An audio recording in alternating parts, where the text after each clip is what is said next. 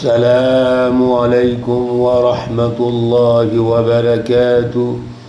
اعوذ باللہ من الشیطان الرجیم، بسم اللہ الرحمن الرحیم۔ ما ننسخ من آیۃ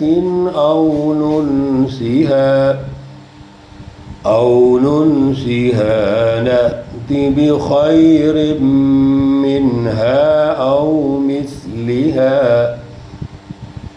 ألم تعلم أن الله على كل شيء قدير۔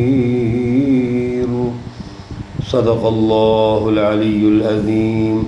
اللهم صل على سيدنا ومولانا محمد النبي الأمي وعلى آله وأصحابه وبارك وسلم وصل عليه۔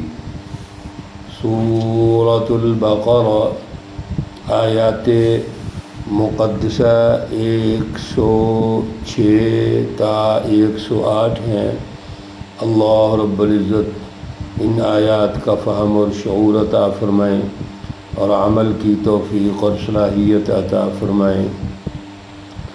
بنی اسرائیلی قوم کے رویے، مزاج اور ان کا فکری انحطاط بڑی تفصیل سے آپ سن رہے ہیں۔ میرے عزیزو، اسی تناظر میں یہودیوں کے بھی یہی رویے ہیں۔ رسول اللہ صلی اللہ علیہ وسلم جب مدینہ المنورہ تشریف لاتے ہیں تو آپ بیت المقدس کی طرف منہ کر کے نماز پڑھتے ہیں۔ تقریباً 17 مہینے آپ نے بیت المقدس کی طرف چہرہ مبارک کیا، قبلہ وہ بنائے رکھا اور نماز پڑھی، اور پھر اللہ کا حکم آ گیا اور قبلہ بیت اللہ الحرام کو اللہ نے تجویز فرما دیا۔ پہلے یہودی بڑے خوش تھے۔ رسول اللہ صلی اللہ علیہ وسلم ایک تو مصدق ہیں، تصدیق کرنے والے ہیں تورات کی، زبور کی، انجیل کی، اور پھر قبلہ بھی بیت المقدس کا تھا، ادھر ہی یہودی بھی منہ کر کے نماز پڑھتے تھے۔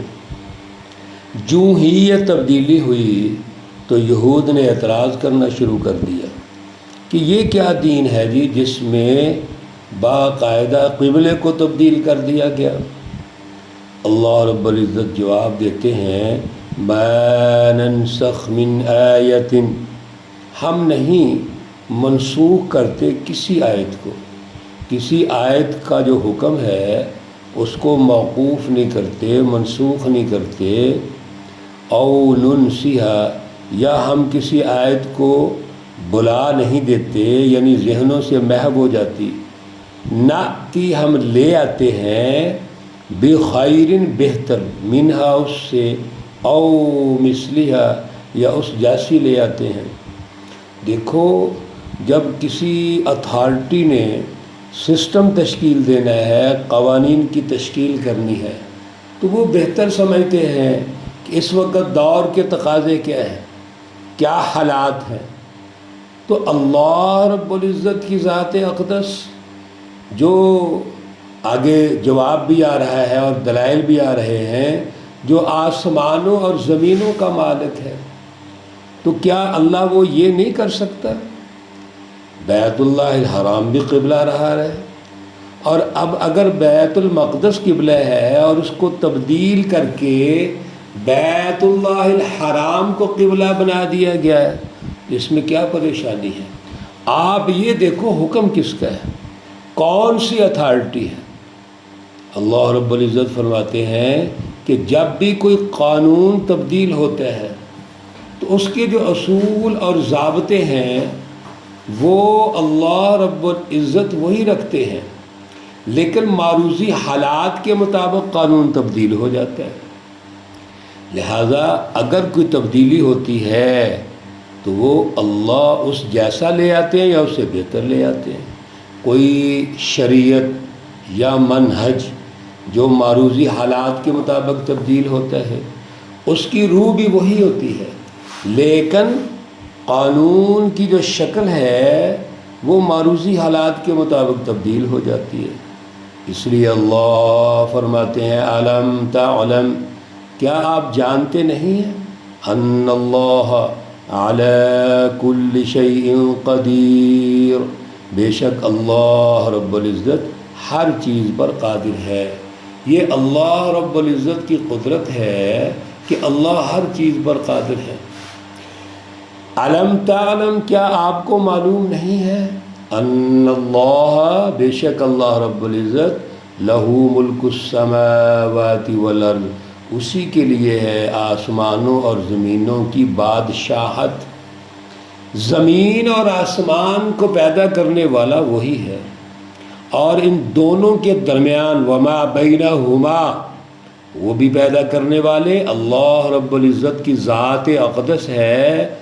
تو پھر جب اللہ کے پاس بادشاہت ہے، اختیارات ہیں، وہ آل ان آل ہے، خود مختار ہے، تو کیا اللہ پھر تبدیل نہیں کر سکتے؟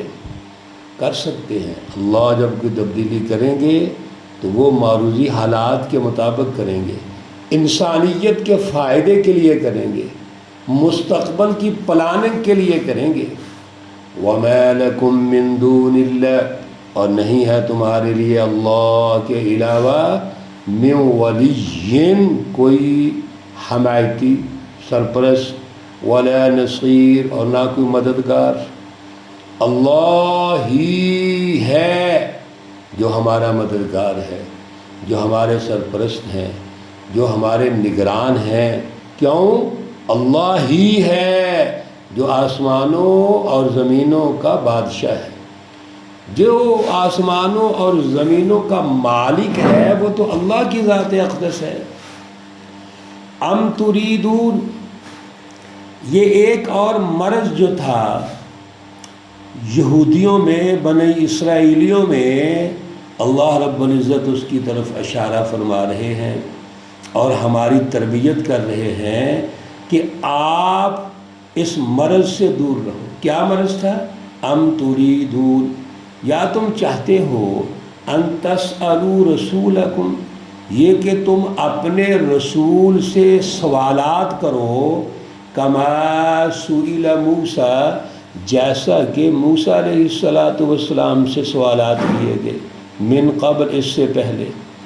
موسیٰ علیہ السلام کی قوم کا کیا رویہ تھا؟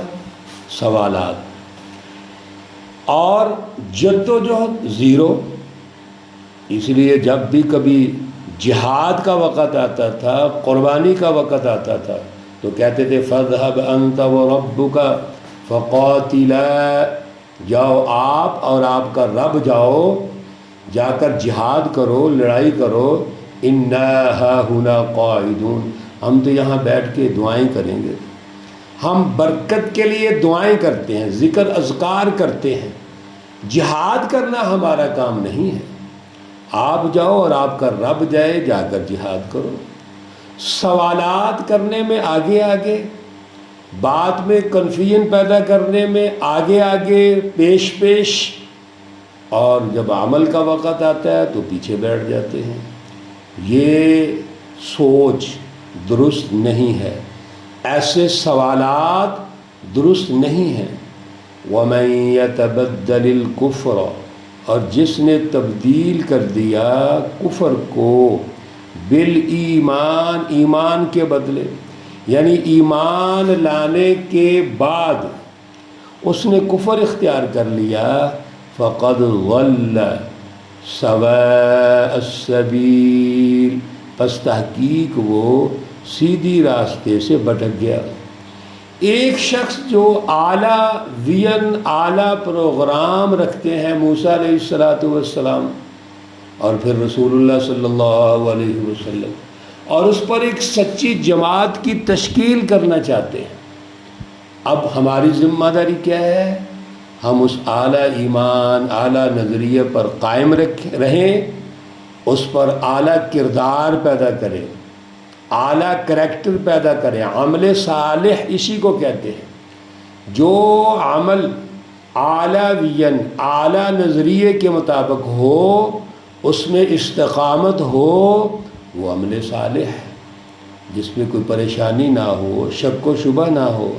اور اگر ہم اپنے وین میں شک پیدا کر لیں، شرک اور کفر اور بدعات اور نئے نئے پراپوگنڈے کو جگہ دے دیں اور ہمارا دل اس سے متاثر ہو جائے، تو پھر نتیجہ کیا نکلے گا؟